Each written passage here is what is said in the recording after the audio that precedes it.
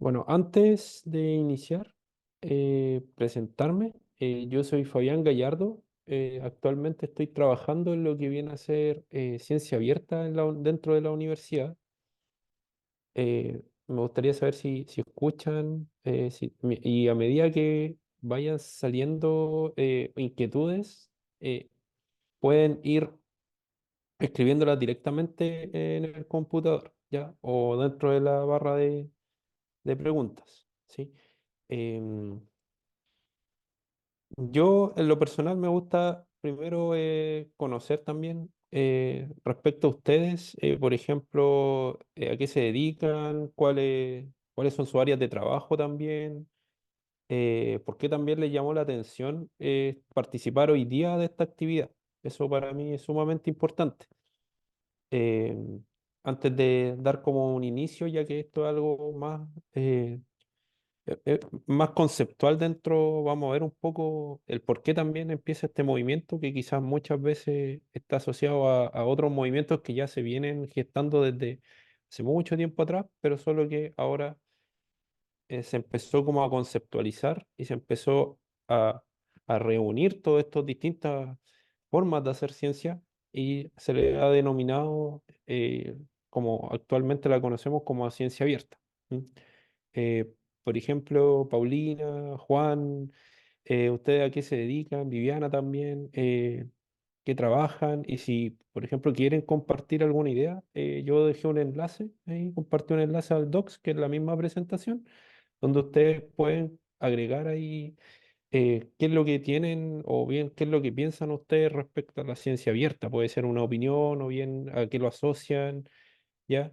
Y, y a ciertas herramientas que comúnmente utilizamos en el día a día cuando realizamos investigaciones u otras cosas.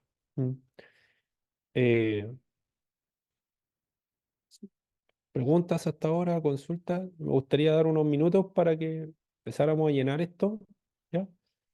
Y, y empezáramos a agregar quizás nuestros puntos de vista en relación o nuestros preconceptos o prejuicios también que puedan existir en relación a la ciencia abierta. Eh, entonces, me gustaría conocer sus puntos de vista.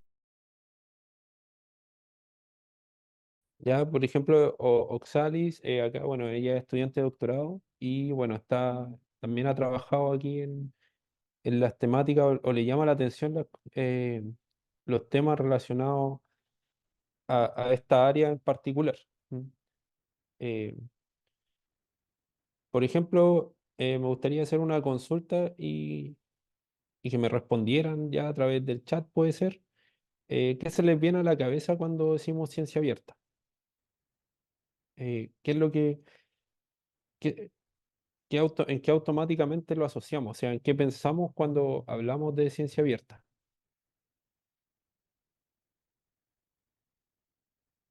Ya, por ejemplo, sí se habla de la democratización del conocimiento y la transversalización del conocimiento, ¿ya?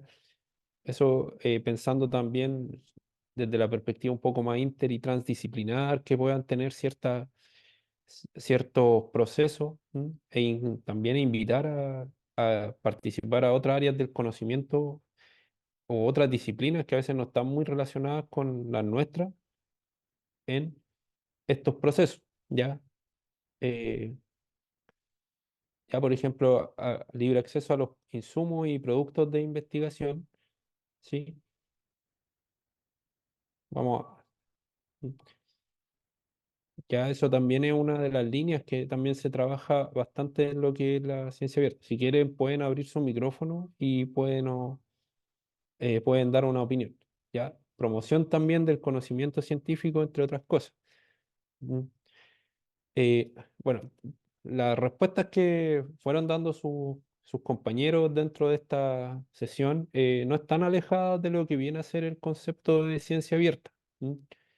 Eh, pero si nos vamos al detalle, por así decir, nos vamos a dar cuenta que no es solamente lo relacionado a lo científico, sino que trasciende un poco más también. lo que implica la ciencia abierta. O sea, si bien vamos a ir viendo un poco por qué nace esta idea de la ciencia abierta, ya en relación como al origen que tiene y cómo se ha ido gestando también dentro de este paradigma, ya que muchas veces es nombrado de este modo, dado que eh, si uno ve un poco hacia atrás, ya, y no hace mucho, tantos años atrás, nos damos cuenta de que a nivel país particularmente, ya, o en cierta medida estamos restringidos a consumir o bien a ciertas barreras de pago que implica el tema del acceso al conocimiento científico. ¿Mm? Esto quiere decir de que, por ejemplo, si yo quiero acceder a algún artículo, tengo que pagar por ese artículo. No sé a cuántas veces le ha pasado esta situación, ya que es como la situación más típica a la cual eh, recurrimos como ejemplo, ¿m? Que es cuando yo quiero descargar este artículo y bueno, y me encuentro con esta primera traba que no puedo acceder a esto, ¿ya? Y muchas veces ocurre de que eh, esto está en contra como del paradigma ya y de la filosofía también de lo que realmente viene a ser ciencia. O sea, por ahí una investigación leí eh, que dentro de lo que se buscaba con este paradigma, ya o bien con la ciencia abierta, era como reencontrarnos con el propósito inicial del por qué se empezó a investigar. O sea, ¿era investigar para lucrar o era investigar para dar a conocer nuestro hallazgo científico?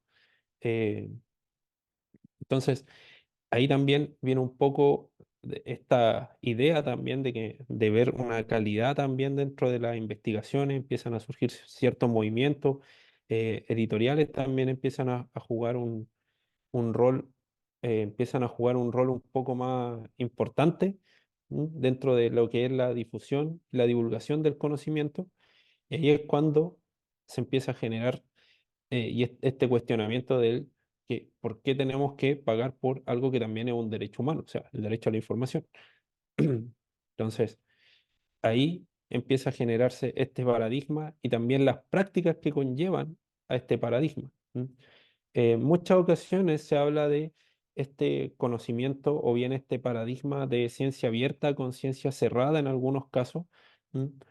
Eh, en las cuales lo que se buscaba realmente era que aprovechar el conocimiento para que éste fuese eh, una solución a todos los problemas, tanto eh, a nivel científico, a nivel social, económico, y aprovechar todos esos insumos que se iban generando. ¿Mm? Luego empieza esta perspectiva un poco más cerrada que podríamos denominar, en la cual empiezan a generarse ciertas restricciones, ya no, aquí tampoco generalizo, pero sí en algunas áreas del conocimiento empiezan a generarse ciertas restricciones y ciertas prácticas en las cuales, por ejemplo, no se compartía la información, los datos de investigación no se compartían, eh, por ejemplo, las prácticas o el bien, la metodología también que yo estaba llevando a cabo no se compartía también. De esta forma, se empezaron un poco a generar estas trabas para poder acceder a la información y con el tiempo esto también se ha ido un poco ablandando, por así decirlo, y hemos podido generar nuevas formas de compartir el cómo hacemos la ciencia, el cómo llevamos estas prácticas y también qué cosas también implican desde un impacto social, desde un impacto académico para poder desarrollar esta ciencia. Bueno, el origen ya, esto particularmente, si lo vemos desde la tradición científica, esto empieza, me gusta poner como punto de partida el tema de las publicaciones serias. O sea, estamos hablando de que en el año fines del 1600 surge la primera revista y con ello también surge como una de las primeras formas de poner a disposición información. Previo a eso, ¿qué hacían los investigadores o la gente que se dedicaba a la investigación? Iba con sus libros, los compartía en universidades, muchos eran financiados por filántropos de esos tiempos, ¿m? Y compartían la información y compartían sus resultados de investigación. Después, para un poco compartir estos resultados también de investigación, empiezan a generarse estas cartas entre investigadores, los cuales ellos decían, así en términos simples, oh, descubrí esto, estoy haciendo esto, y me dieron estos resultados. Y de esta forma empieza a surgir toda esta práctica del, de compartir la información, y llegó un punto en el cual eh, uno de los creadores de esta revista científica, que fue a través de la Journal de Savant, después vino la de Royal Society, dijeron, ok, tenemos un compacto de tantas información, de tantas cartas, que por qué no las agrupamos y hacemos como una especie de compendio de estas cartas y publicamos algo que sea similar como a lo que conocemos hoy día como la revista científica. En ese tiempo, las revistas científicas estaban bajo las manos, por así decir, de lo que viene a ser sociedad y comunidad científica. Después, ya a principios del 1900, empiezan a aparecer las editoriales y empiezan a ver como esto una forma para poder lograr tener eh, el conocimiento científico y también poder vender este conocimiento científico.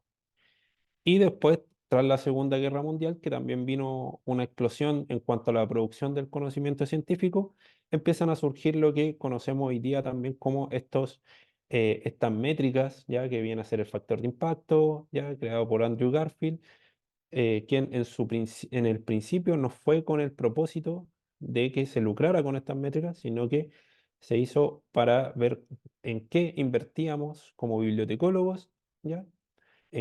Cuáles eran los libros que había que comprar, cuáles eran las revistas que comprar, pero obviamente esto también generó un espacio para definir cuáles eran las grandes producciones o bien los que tenían las revistas que tenían una mejor calidad.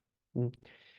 Antiguamente, todo lo que vemos, por ejemplo, a través del Web of Science o todo esto, venían en unos libritos que se llamaban los Chemical Abstract, estaba los Human, estaba el índice de artes y humanidades.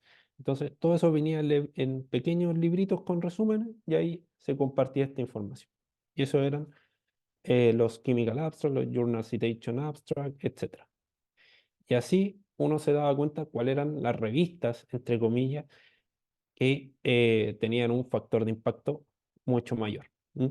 Pero ahí nos estábamos alejando de los principios eh, de los cuales realmente se buscaba al hacer ciencia, que era, por ejemplo, bueno, yo cito a Merton, ya creo que uno de los más completos, ya que él planteaba de que el acceso a la ciencia ya debería ser universal. ¿M? Si se hace ciencia, debería ser por un desinterés económico, ¿ya? En cuanto a los resultados, tenemos que ser escépticos y siempre analizar cuáles fueron los resultados y de a poco también todos estos principios al momento de ver y gestar la ciencia, cómo distribuirla, cómo divulgarla, cómo comunicarla, se fueron perdiendo. ¿Mm? Y ya con el crecimiento también del software, del software abierto, el código abierto, se empezaron a generar nuevos mecanismos que en un minuto se pensó de que con esto la ciencia se iba a abrir más, por ejemplo, con el Internet. Y también los propósitos que plantea Richard Stallman, que es uno de los creadores o bien de esta comunidad de acceso abierto, quien dijo, ok, tenemos esto y la idea de que el código abierto sea visto casi como el lenguaje, que no tenemos por qué cobrar por ello. O sea, que sea un lenguaje en el cual la gente se pueda comunicar. Y así también empiezan a surgir estos software. ¿M? Las revistas también lo ven como una oportunidad, las editoriales, y empiezan a generar estas plataformas, empiezan a publicar también a través de línea, pero se pensó que el Internet iba a generar una disminución en los costos. Ocurrió todo lo contrario y empiezan a salir, previo también a esto, algunas alternativas como es Archive, por ejemplo, que es la más connotada, y ellos empiezan a publicar, ¿sí? De manera, sin la necesidad de contar con una aprobación de revista, sin la necesidad de decir, ok, yo voy a publicar en esta revista. Muchas veces lo hacían en paralelo. ¿M? y ellos empezaron a subir sus artículos ¿m? dentro de esta gran base de datos. ¿m? Y de ahí empieza como una primera protesta, por así decir, dentro de lo que viene a ser los altos costos asociados al acceso a las investigaciones científicas. Y por otro lado también, los investigadores, dado que no lo estaban indicando, bueno, ellos dijeron, no nos complicamos, nosotros tenemos esta plataforma, vamos a seguir aumentando esta plataforma y las revistas ya tuvieron que ceder y a las finales, bueno, en el área, por ejemplo, las matemáticas, los investigadores o las revistas más bien permiten a los autores publicar tanto en acceso abierto como dentro de estas revistas que son seriadas. Dentro de estas publicaciones seriadas que vienen a ser, por ejemplo, revistas Nature, puede ser la de Royal Society, entre otras. ¿Mm? Y de esta forma empezamos un poco a retomar este principio que tiene el acceso a la ciencia. ¿Mm? Y a integrarlo también dentro de nuestras prácticas. Eh, bueno, acá cuando toca ya, o bien definimos el concepto en sí de ciencia abierta, lo que se busca principalmente es que esto sea abrir la ciencia, ya sea y transparentar también los procesos que implica la generación de conocimiento. ¿m? Esto quiere decir, nosotros, si hacemos un proceso, estamos realizando una investigación, ¿m? Idealmente es de que informemos cuáles son los resultados, cómo se logramos también estos resultados, y de esta forma vayamos compartiendo los datos también y nuestros procesos. ¿m? Por ejemplo, a nivel, en áreas de psicología, bueno, han ocurrido ciertos cuestionamientos, ya que fue una de las problemáticas que se generó en relación un poco a transparentar este proceso, dado que cuando se tomaron datos, eh, resultó de que había muchas investigaciones que los datos no cuadraban, o no se podían reproducir, ¿m? Los datos estaban malos, por lo tanto no teníamos como un criterio eh, que fuese consistente, ¿m? Para avalar si la publicación estaba bien, ¿m? Y que obviamente esto también generó una crisis dentro del área. Y así fueron existiendo distintas eh, problemáticas, ¿ya? En las cuales las universidades, las instituciones se vieron envueltas y que también empezaron a optar por un poco por este camino de lo que viene a ser el acceso abierto y la ciencia abierta. ¿m? Eh, Dentro del concepto en sí, ¿ya? Eh, no es algo que sea novedoso. ¿Y por qué lo digo? Porque, bueno, a nivel país ahora recién ya se está trabajando, pero esto se viene trabajando eh, desde principios del 2000 a través de lo que es la lógica del acceso abierto. ¿m? Pero ya se empieza a consolidar el término de ciencia abierta, ya es citado por primera vez, si no me equivoco, en el año 2006, ya, por Paul Davies, quien dice que el conocimiento tiene que estar disponible más allá de su barrera económica y más si este es financiado con fondos públicos, ya, para toda la comunidad. O sea, estamos trabajando, y aquí los investigadores muchas veces son financiados con fondos públicos y todo eso que es financiado por fondos públicos debería retribuir a la sociedad que financia estas investigaciones. Esa es como la lógica que se espera. Y así empiezan a surgir ciertos conceptos, ya acá yo destaqué algunas frases, ¿m? En las cuales se espera, por ejemplo, una aproximación también al trabajo colaborativo, a usar nuevas tecnologías, permitir un cambio en cuanto a compartir y utilizar todo el conocimiento científico. ¿Ya? Esto a través de bueno, lo que plantea un poco la Comisión Europea. La OCDE, por un lado, lo ve desde una materia más empresarial y económica, en la que dice que todos los resultados de investigación que hayan sido financiados con fondos públicos estén disponibles también para la comunidad. ¿m? Y esto utilizando las herramientas que actualmente conocemos como las TICs, como una de las principales formas para poder promover y compartir la información. Y así otros países como México, que ya han normalizado esta práctica ya de la ciencia abierta, que lo que buscan es incrementar la accesibilidad a las publicaciones científicas financiadas con fondos públicos, diseminar el conocimiento y también, por ejemplo, Colombia, quienes actualizaron hace muy poco sus políticas, que ellos también empiezan a abordar otras prácticas que también se involucran, que es como el multilingüismo, la participación abierta de la ciudadanía, entre otras. Ya no nos vamos solamente a lo que viene a ser la publicación científica, sino que a involucrar a la sociedad dentro de estas prácticas. Em, bueno, la UNESCO, por eso, este es como el concepto más adoptado dentro y también el que más se cita, dado que es el de la UNESCO, en el cual habla de que la ciencia abierta es un constructo de diversos movimientos, entre los cuales nos vamos a encontrar con acceso abierto, código abierto, datos abiertos para la investigación o datos abiertos, gobiernos abiertos, multilingüismo para favorecer el intercambio, ciencia ciudadana, entre otras prácticas que van a ir favoreciendo la interacción del conocimiento. ¿M?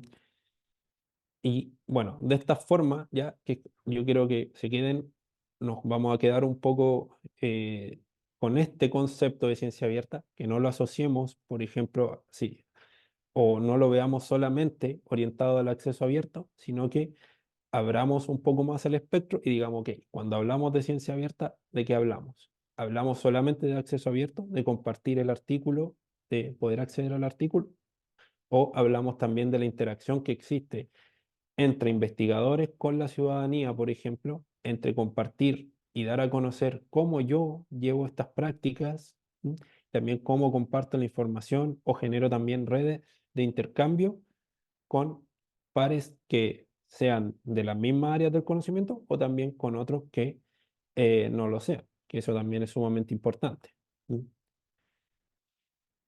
Bueno, esto es un pequeño análisis que realicé en relación a los conceptos. ¿Mm? Y bueno, dentro de lo que más se habla o bien se asocia, ya siempre hablamos de investigación, práctica, científica, sociedad, ya son como las que más destacan, las tecnologías y algunas otras que si bien toman importancia, como por ejemplo el multilingüismo.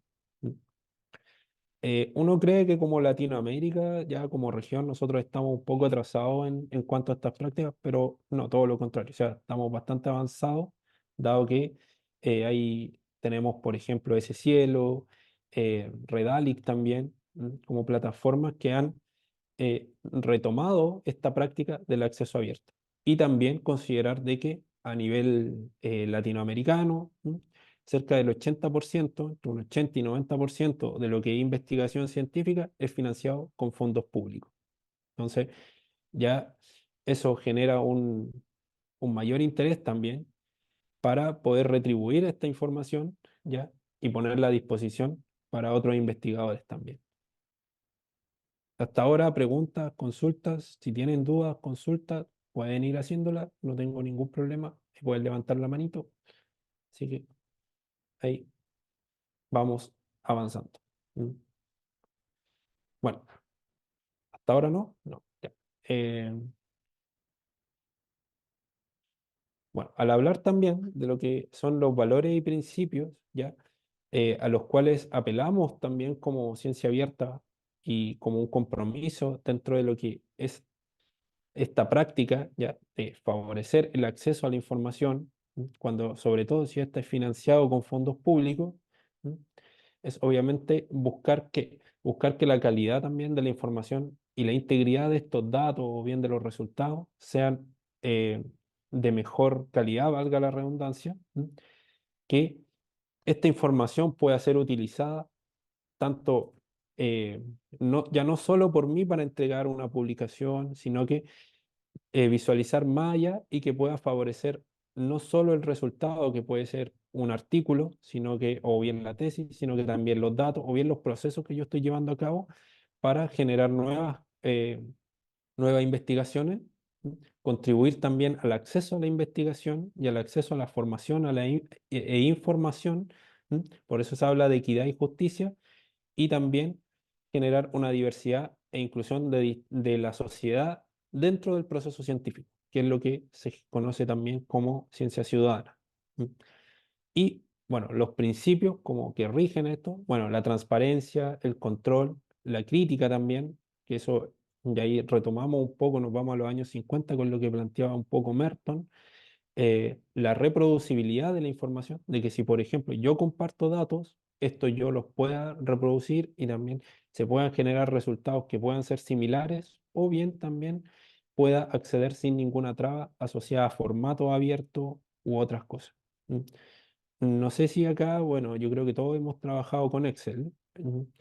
Pero ¿qué pasa si un día Microsoft Word elimina esa extensión de Excel que es la XLXS? Probablemente no tendríamos cómo abrir esos documentos, ¿ya?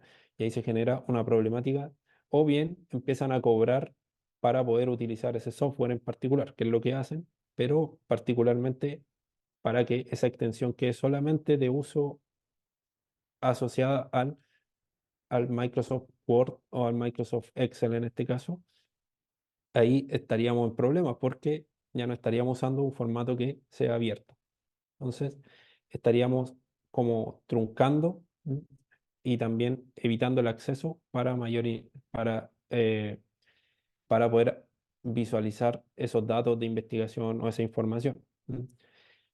Temas de responsabilidad, ya que esto es a nivel ético, ¿m? Cumplir con ciertos estándares éticos, ya nos vamos a encontrar, por ejemplo, las publicaciones que tiene COPE, DOA, entre otras cosas.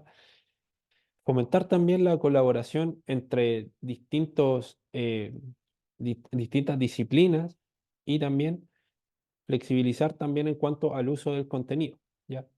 Y también que las estructuras que sostienen todo esto, o sea, estamos hablando, por ejemplo, repositorios, no sé si aquí ustedes han utilizado ese cielo, ¿han utilizado ese cielo? ¿No? ¿Sí? Ya. Por ejemplo, ese cielo eso apunta a la sostenibilidad en cuanto del acceso abierto, ¿sí? Entonces, si por ejemplo se cae ese cielo, ahí estaríamos en problema muchos de nosotros, porque perderíamos mucha información, ¿m? Que está además en acceso abierto, ¿sí? Pero la cual es libre para todos. Por eso es importante que, si estamos bajo esta lógica de proyectos en acceso abierto, contar con sostenibilidad. Bueno, uno se preguntará, pero ¿cómo se hace esto? O sea, es cosa de analizar, por ejemplo, cuánto sale pagar un artículo, ¿sí? Por ejemplo, un artículo puede estar entre los 4 millones hasta 6 millones máximo de pesos, y muchas veces hay plataformas que se mantienen con con, con una pequeña parte de lo que se paga el artículo. O sea, ¿mm? Entonces, si ponemos dentro de la balanza, con 4 artículos que paga la universidad, podemos estar costeando, por así decirlo, un repositorio, o bien personal que se dedique a mantener y a sostener estas plataformas. ¿Mm? Como el caso de ese cielo de Lilacs, que es la Biblioteca Virtual de Salud, o el mismo repositorio. ¿Ya? Entonces, es sumamente importante también hacer ese paralelo y pensar también, ok, esta revista se costea con cuánto dinero, con 6 millones de pesos, por ejemplo, anual, y me están cobrando 6 millones de pesos por artículo y publica 30 artículos cada 3 meses. O sea, está teniendo una ganancia enorme, ¿m? Y que obviamente además me cobra también por acceder a ese artículo. Y ahí vienen modelos de publicación que solo vamos a ver en otra instancia, ¿ya? Entonces ahí es cuando uno se empieza a, a ver cómo funciona el modelo editorial. Y es porque también empieza a generar toda esta problemática y esta visión en cuanto al acceso abierto, ¿sí? Entonces, en modo simple, prácticamente es así. O sea, las universidades, las fundaciones, los gobiernos financian la investigación, ¿m? Le pagan al artículo, pagan para publicar el artículo, y además pagan por ver ese artículo. O sea, hay como un doble pago. O sea, yo es como que estoy pagando por ver algo que es mío, en cierta forma. ¿Mm? Entonces, ahí es cuando empiezan a generarse estos problemas con las editoriales y acordarse declaraciones como son las de Bethesda, Berlín y también que se permitan y que favorezcan también a eliminar un poco esas barreras que existen asociadas al pago. O sea, ahora actualmente creo que las editoriales han subido cerca de 4 como un 4% en utilidades y son como una de las empresas a nivel mundial que más utilidades genera, ¿ya? O sea, están las farmacéuticas, tenemos las editoriales, o sea, es una empresa altamente rentable dentro de. ¿Mm? Y con cobros también que muchas veces son abusivos y que a veces también existen ciertos tipos de revistas que se llaman revistas depredadoras, las cuales se hacen pasar por revistas, que están ubicadas en ranking, eh, en ranking como los del Journal Citation Report o bien Simago y resulta que solamente existe un alcance de nombre. ¿Ya? Hace poquito vi un caso de una profesora que me mandó un artículo y me dijo quiero ver si este artículo está dentro del Web of Science. Ya. Vi la revista, era Journal Science Health, por ejemplo, Journal Health and Science, con S al final, y la revista que sí estaba en el Web of Science era Journal of Health and Science. Entonces, hay que poner ojo también cómo funciona el sistema, ¿m? Tanto para lo legal como para lo ilegal. Acá en Chile particularmente, que eso es algo sumamente preocupante, nos regimos bajo esta lógica de los Q1, Q2, Q3, Q4, que son las que se pagan los incentivos y también pagan los incentivos a universidades, etcétera, ¿m? Y los que analizan también la producción científica. Hace muy poco, ANIT ha ido generando bien ciertos lineamientos en cuanto a, se ha sumado a Quara, que son sistemas alternativos para medir la ciencia y un poco también que son más equitativos ya con otras áreas del conocimiento. ¿Mm? Bueno, un poco de las ventajas también que conlleva la ciencia abierta es que podemos conocer cuáles son los procesos que se han ido realizando, ¿m? Dentro de los procesos de investigación, facilidad también para acceder a este conocimiento, a través, ya sea financiado por instituciones públicas, acceder a datos que generan nuevo conocimiento, la transparencia también a la información, facilitar la creación de nuevo conocimiento, dado que vamos a tener donde investigaciones o un pool mayor de investigaciones, favorecer también la reproducibilidad de estas investigaciones, si es que queremos cuestionar algo, ¿m? O bien queremos eh, ver si efectivamente esos datos están correctos o no están correctos, se aplicó un buen sistema ya o no, y también aumentar la visibilidad. O sea, yo siempre doy este ejemplo de que, porque una vez me preguntaron, ya, ¿por qué no suben todo al repositorio ANI? ¿Mm? La información, o no generan un solo repositorio. O sea, yo creo que la, todas las grandes empresas no venden el producto en un solo supermercado. ¿Mm? Tienen sus marcas propias, pero no venden un producto en un solo supermercado. Por ejemplo, Coca-Cola no va a vender Coca-Cola en solamente líder, sino que apuntan a estar en muchas partes. Entonces, acá se busca un poco también esta misma lógica. Eh, Preguntas acá que no tengan. Sí, por ejemplo, existen algunas revistas ya que son de alto impacto que no tienen costos por publicar, ¿sí? Que no son altos, ya algunas son mucho más bajos, ¿no? En comparación a las tradicionales. ¿Mm? Eh, Ahí después, en otros talleres que vamos a ir teniendo más adelante, vamos a ir mostrando algunas herramientas para poder buscar ese tipo de revistas, ¿ya? Y también empezar a lidiar con la política de acceso abierto a la información y a los datos abiertos de investigación que propone ANI. Bueno, acá una pequeña comparación de, en este caso, el reporte de la editorial Wiley, ¿ya? Cómo impactó en ellos cuando empezaron a abrir sus publicaciones, o sea, empezó a tener una mayor cantidad de citas, ¿m? Sus artículos empezaron a ser más citados también y empezaron a ser más considerados y también los distintos formatos que existen para vender su producto. O sea, estamos hablando de que está el acceso dorado, ¿m? Que es cuando la persona, perdón, el investigador paga por publicar.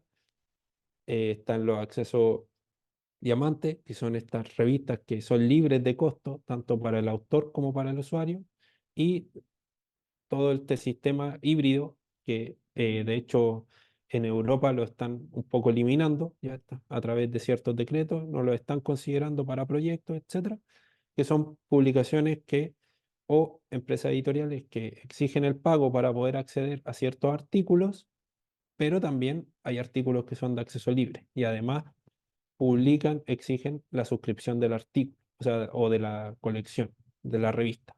¿Mm? Eso, eh, si es que hasta acá tienen dudas, tienen consulta, me gustaría saber si manejan un poco o algunos términos en relación a los modelos editoriales o a cómo funciona también el sistema editorial. eh, ¿Le está generando ruido o está generando como cierta duda? Yo creo que eso también me gustaría saber. Si es que, por ejemplo, saben cómo funciona esto. O sea, yo creo que acá muchos de ustedes se han visto con esas trabas de tener que, o cuando han investigado o cuando han accedido a esta información, em, de tener que pagar por un artículo, ya sea para leerlo o bien incluso hasta, en el peor de los casos, pagar por un artículo que propiamente ustedes no guardaron el preprint o el borrador, ¿ya? Y ahora tienen que pagar para poder ver algo que ustedes hicieron una producción. ¿Mm? Y que solamente, por ejemplo, con una colega de la Universidad de Antofagasta, me dijo, ¿qué pasa con esos artículos? Porque yo no tengo acceso, así, no tenemos acceso y le hemos pedido a los investigadores, pero como ellos no están como primer autor, no pueden acceder a ese artículo del cual ellos participaron como autor. Entonces, ahí se generan todas estas problemáticas que un poco la ciencia abierta trata eh, de agilizar y verlas como eh, dar a disposición y tratar de dar a acceder ese conocimiento. Mm. Bueno, en cuanto a los aspectos económicos que están asociados también a la ciencia abierta, y ahí cómo impacta, es que, bueno, los investigadores, dentro de toda esta lógica, ¿m? En declaraciones, ya, ellos han aceptado abrir también sus conocimientos. eh, ¿Por qué? Porque esto le implica una mayor rigurosidad dentro de sus procesos, abrir también y participar de ciertos recursos, como por ejemplo base de datos de preprint, como son FML Research, ahora ese cielo también tiene su base de preprint, Papier, entre otras, y también buscar apoyo en cuanto al financiamiento en relación a lo que viene a ser APC. ¿Mm? Hay otra, por ejemplo, Francia, particularmente, ellos no están apoyando APC, que este costo por publicar, aquí en Chile sí se hace, en otros países también se hace, pero la lógica que busca Francia particularmente es que todo sea financiado, si es financiado con fondos públicos, esté disponible con fondos públicos y que el impacto que tenga sea un impacto social y económico también a largo plazo o a mediano plazo. ¿Mm? Y bueno, también esta apertura del conocimiento. Acá he escuchado, la otra vez escuchaba así, por ejemplo, ciertos detractores que decían que, ok, si abrimos este conocimiento, lo pueden empezar a mal utilizar o lo pueden usar en ciertas cosas. Hemos visto cómo, por ejemplo, China ha tenido un aumento explosivo en lo que viene a ser desarrollo de inteligencia artificial o en tecnología, etcétera. Y bueno, ahí empiezan estas rivalidades casi entre países de que esto ocurre porque estamos liberando mucho el conocimiento. Eh, bueno, cuando hablamos de ciencia abierta, ya que nos implica todo esto, o sea, ya, ¿cómo podemos ejecutar o implementar una buena práctica de ciencia abierta? ¿Mm? Y esto aquí abrimos a todos estos elementos, ya que se mencionan dentro de la Declaración de Panamá. Destaco porque es una de las iniciativas latinoamericanas, que una de las iniciales también, ¿eh? que es, por ejemplo, el tema de publicar datos en abierto. Hay plataformas que lo permiten, como por ejemplo Dance, que a nivel europea, Zenodo, FileShare, publicar también en acceso abierto, eh, publicar también recursos, ya que pueden ser recursos educativos abiertos, podemos publicar módulos, las mismas presentaciones que realizamos tanto en congresos pueden ser consideradas, incorporar a la ciudadanía dentro de los procesos tanto para la solución de problemas locales como también para la toma de datos o toma de muestras. eh, Buscar otros métodos de evaluación, que no dependamos siempre de las revistas o bien de las grandes editoriales, ya a través de estos factores de impacto, etcétera, sino que se hablan de otros modelos. ¿M? Y apuntar a una investigación que sea más abierta, que pueda ser reproducible, replicable, y obviamente para tener todo esto en pie, tenemos que contar con infraestructuras que lo permitan. Por eso también es importante el desarrollo de software, el desarrollo de hardware, el código abierto, todos estos elementos y la innovación en relación a esto, ¿ya? Y apuntar a siempre a contar con licencias libres, como por ejemplo son Creative Commons u otras. De acá, por ejemplo, ¿cuántos de ustedes han descargado artículos y se dan cuenta que abajito salen una CC, una CC BY o bien NC, entre otras? No sé, aquí le hago la pregunta, ¿cuántos de ustedes, por ejemplo, se han dado cuenta de esos elementos? ¿Mm?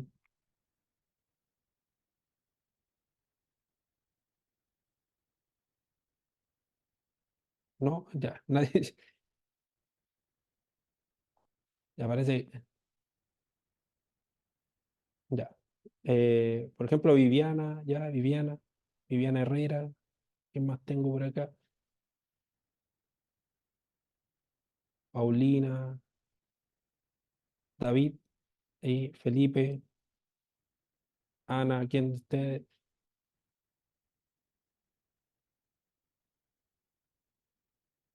Ya, por ejemplo, los libros, sí, ya, o no,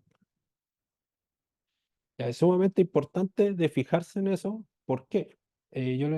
Porque legalmente eh, esto es la licencia que a mí me permite compartir la información. ¿Mm? O si yo quiero hacer tomo una revista, por ejemplo, hice una traducción de un artículo y esta traducción la hice, ya todo me quedó bonito, la quise publicar y me doy cuenta de que la licencia que está usando la persona o que usó el autor de esta obra impide que yo pueda hacer obras derivadas. Entonces ahí automáticamente todo este trabajo no lo puedo publicar, etcétera. Entonces siempre es bueno fijarse en las licencias, ya cada vez que ustedes publiquen, o a veces si quieren también publicar sus tesis, trabajo o lo que sea, no es necesario que sea algo em, que sea un artículo o un borrador, sino que sus datos de investigación, ¿m? O cualquier otro tipo de publicación, llámese tesis, todo, ¿m? Em, es importante que agreguen esos elementos para que se pueda compartir de manera libre. ¿M? Y de esta forma ustedes después no se sorprendan de que, esto lo hice yo, claro.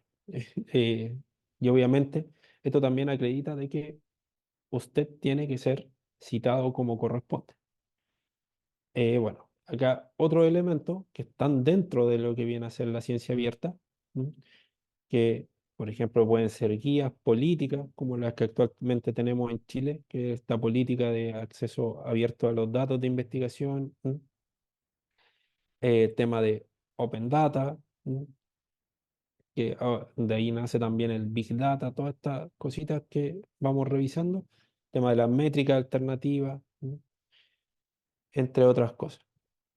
Y bueno, así también empiezan a surgir otros elementos dentro de acá yo creo que todos le han preguntado, esta revista es dentro del Q1, del Q2, pertenece o cuántas citas tiene este artículo, o si pertenece el índice H, por ejemplo, qué es lo que ve, o cuando buscamos, ahora que salió todo este cuestionamiento a Marcela Cubillos por el tema del sueldo, en el cual se hacían comparaciones de que ella no tenía como antecedentes académicos que destacaran, Bueno, todos esos elementos que se utilizaron prácticamente fueron para ver qué, qué tal es el impacto que tiene un académico eh, dentro de su propia red, o bien en cuanto a citas, en cuanto a elementos citados. ¿Mm? Por ejemplo, ya acá yo quiero publicar un artículo. ¿Mm? ¿Qué es lo que a uno le pide? Que esta revista pertenezca a los rangos Q1, Q2, Q3, Q4, ¿cierto? Ya. Todos esos elementos, ya, lo que buscan también un poco la ciencia abierta es que sean también integrados, pero también veamos otros elementos que sean de importancia, como por ejemplo puede ser eh, el impacto que tuvo un investigador dentro de una comunidad. Si él hizo un proyecto y ese proyecto eh, se realizó de manera correcta y a futuro tuvo un impacto, entonces esos elementos también tenemos que empezar a considerar. ¿Mm? Porque acá, ¿qué es lo que se considera comúnmente? Es decir, ya, ¿usted cuántas publicaciones Q1 tiene? ¿Cuántas publicaciones Q1, 2 tiene? Etcétera, etcétera. Entonces, acá lo que se está implementando es sumar ciertas métricas alternativas, como por ejemplo, una de las que más se caracteriza actualmente es el tema de género, ¿ya? ¿Cuántas publicaciones lideradas por mujeres tenemos a nivel universidad que han destacado mucho? ¿Mm? Esa podría ser una métrica alternativa. ¿Mm? Y bueno, acá tenemos la definición de lo que viene a ser en cuanto a la UNESCO, ¿m? Lo que plantea que aquí ya no nos vamos solamente, empezamos a integrar a la sociedad dentro de estos procesos, ¿m? Y también a lo que ellos llaman tipos de investigadores marginados, que son investigadores de otras áreas de la ciencia, en las cuales a través de estas métricas tradicionales eh, no son tan consideradas como, por ejemplo, en el área de medicina, o otra área, o no tienen el mismo valor, ¿ya? Que eso es sumamente importante. Entonces, un poco equilibrar la cancha, por así decirlo. ¿Mm? Y ya también integrar otros saberes o otros sistemas de conocimiento, tanto locales, e integrarlos dentro de estos procesos, ¿m? Que es un poco lo que, por ejemplo, hace la universidad con el tema de conocimiento mapuche, ya toda esta orientación que tiene. em, Podríamos decir, intercultural. ¿Mm? Y luego también contar con esta infraestructura ya y que el conocimiento se abra para la sociedad. Eso es sumamente importante.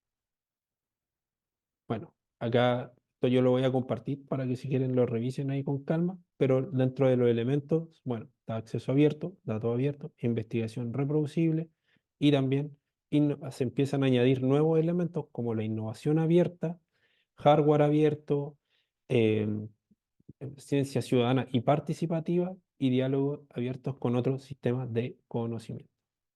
Mm. Ya voy a compartir la...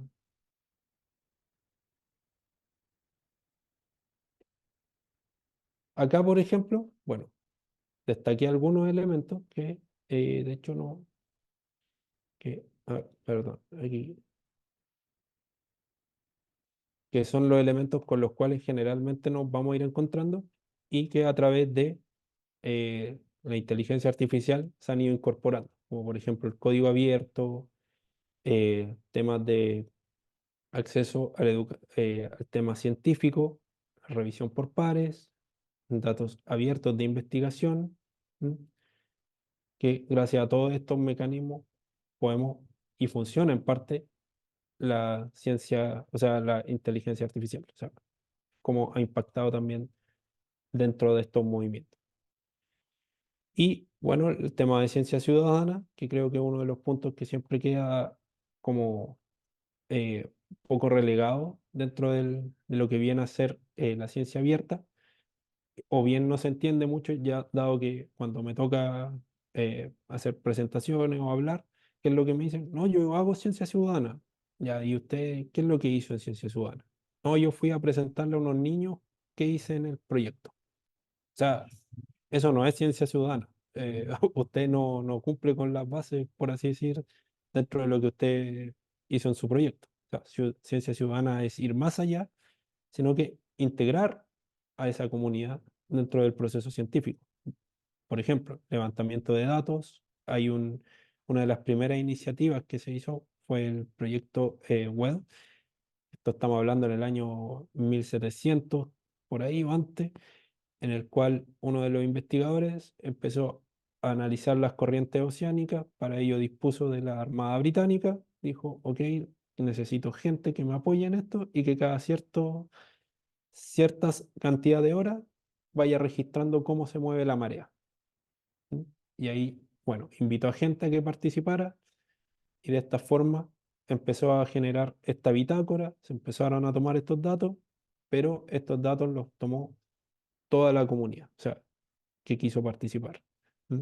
Hay otros proyectos también, como el proyecto SETI, que es uno de los proyectos de la NASA que es como más reconocido, en el cual uno descarga un software y este software empieza a, se transforma en un nodo para procesar información de ruido en el espacio, como para ayuda también a ver si existe vida extraterrestre, ¿ya?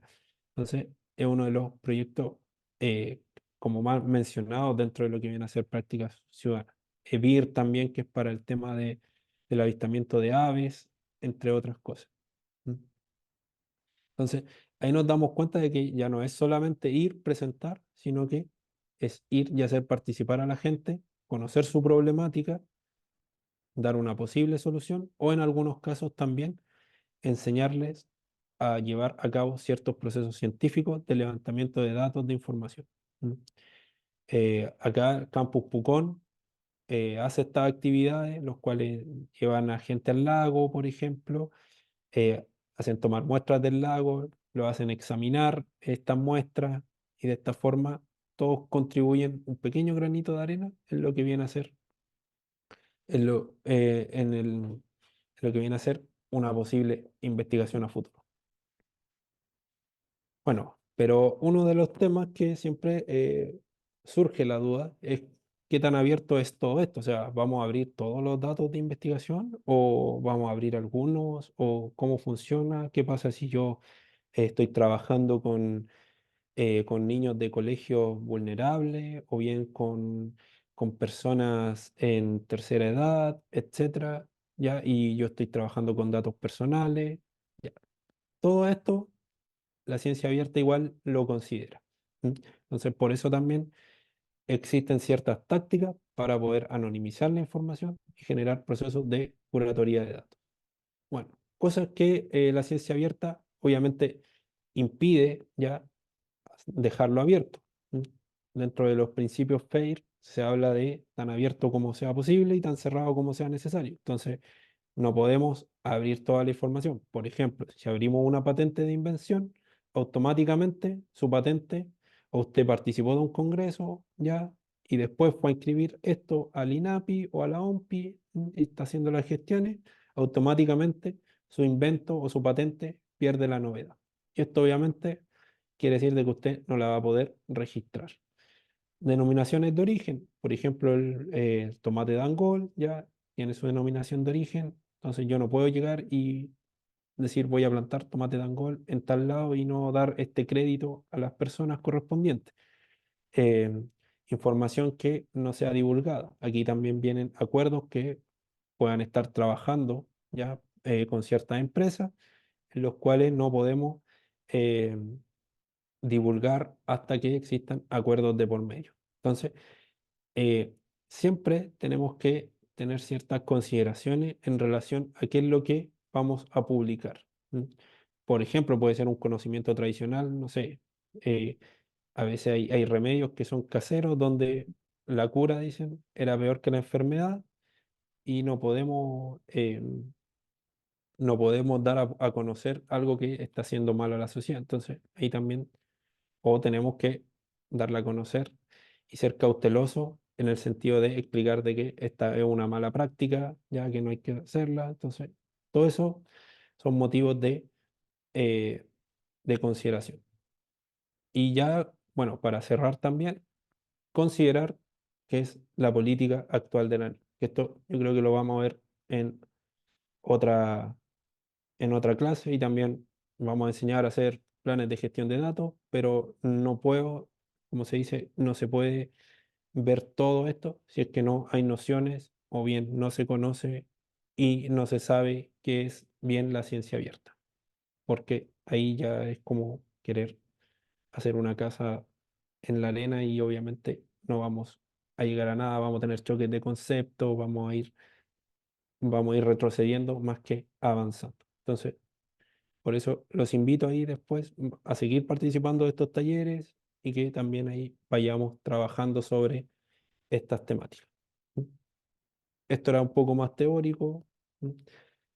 Y la idea era esa principalmente, diferenciar los conceptos, ya, eh, conocer también ciertos modelos, como por qué nace esta idea, modelos también de publicación, que ahí los vamos a ir trabajando y ahí los vamos a ir viendo. Hasta ahora, dudas, consultas, y bueno, obviamente saber qué les pareció esta pequeña presentación, o bueno, esta presentación y que se alargó bastante. eh, y, y respecto a si les quedó claro o bien ya empiezan a hacer estas diferencias. Ojo que dentro de las bases de todos ya o de la gran mayoría de los proyectos, actualmente se está pidiendo cumplir con la política de acceso abierto a NIC. Y bueno, ahí me pueden contactar si tienen dudas y vamos a hacer otro tallercito particularmente sobre la política. ¿Mm? Explicándola de qué se trata, cómo un poco hacer esta bajada eh, dentro de la aplicación a sus proyectos también, o cómo también anonimizar datos, porque en algún minuto puede ser que les digan, ¿saben qué? Ya, su proyecto tiene la información o está trabajando con datos abiertos, pero la NIC tiene todo el derecho de decir, ya, usted va a tener que entregar y disponer de esos datos. Pero ¿cómo si estoy trabajando con datos que son sensibles? Sí, pero bueno, eh, usted tiene que aún así disponerlo y ahí tiene que conocer estrategias ya para hacer curatoría de datos, anonimización de los datos, entre otras cosas. Bueno, eso, eh, dudas, consultas, vamos a tomarle aquí un pantallazo aquí.